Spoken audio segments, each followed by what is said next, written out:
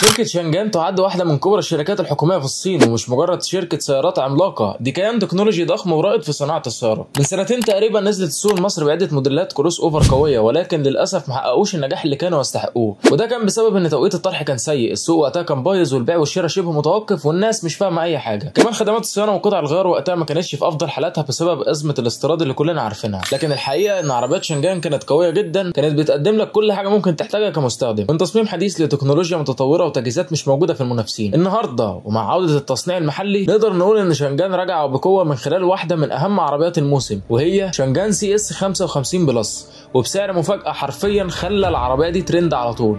يلا بينا نبدأ ونشوف الكلام على ايه.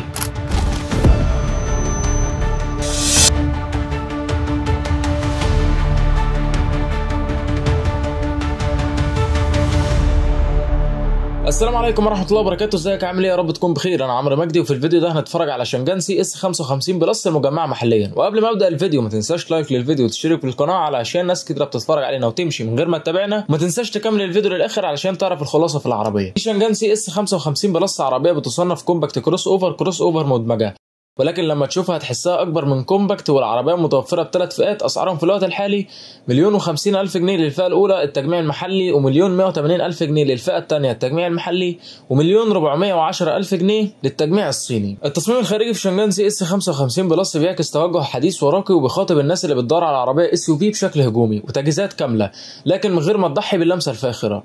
المقدمه جايه بتفاصيل حاده وشبكه اماميه ضخمه جدا بلون لامع اسود ممتده على كامل الواجهه، وبتدي العربيه حضور قوي على الطريق. الفوانيس الاماميه بالكامل LED بتصميم رفيع ومشدود على الجنب، ومعاها اضاءه نهاريه LED وفوانيس كورنرنج بتنور مع الملفات، وده بيعزز من الشكل والتجهيزات في نفس الوقت. من الجنب هنلاقي خطوط تصميم انسيابيه ورياضيه مع جنوط سبورت 19 بوصه تو تون بتدي العربيه شكل جذاب جدا. كمان فيها عتب جانبي بنفس لون العربيه مع لمسات سوداء بتفصل بين الجسم والسقف، وبتظهر شخصيه العربيه الديناميكيه.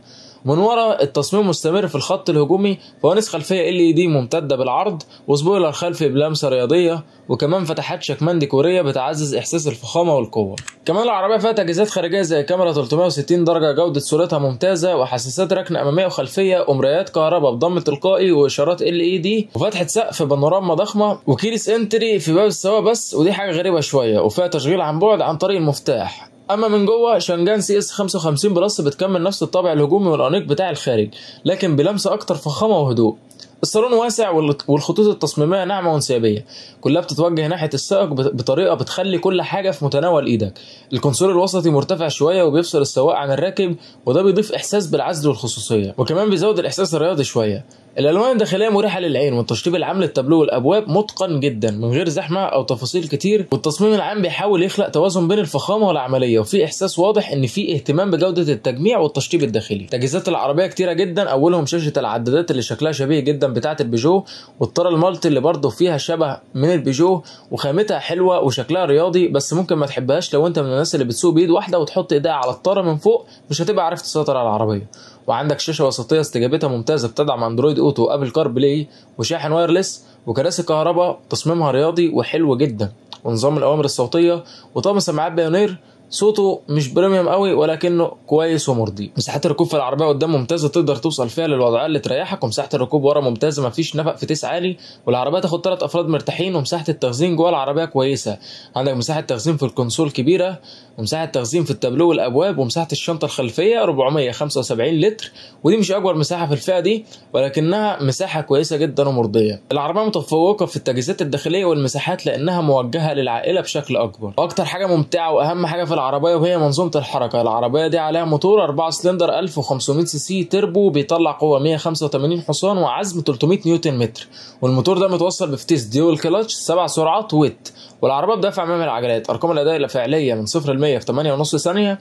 متوسط استهلاك البنزين فعليا 8.5 لتر ل 9 لتر لكل 100 كيلومتر، وده استهلاك جيد جدا. اداء الموتور والفتيس الاثنين مع بعض منظومه حركه هايله جدا وممتازه، بيقدموا معاك بشكل ممتاز وبيقدموا اداء تقدر تقول كده اداء ما بين الجيد والممتاز.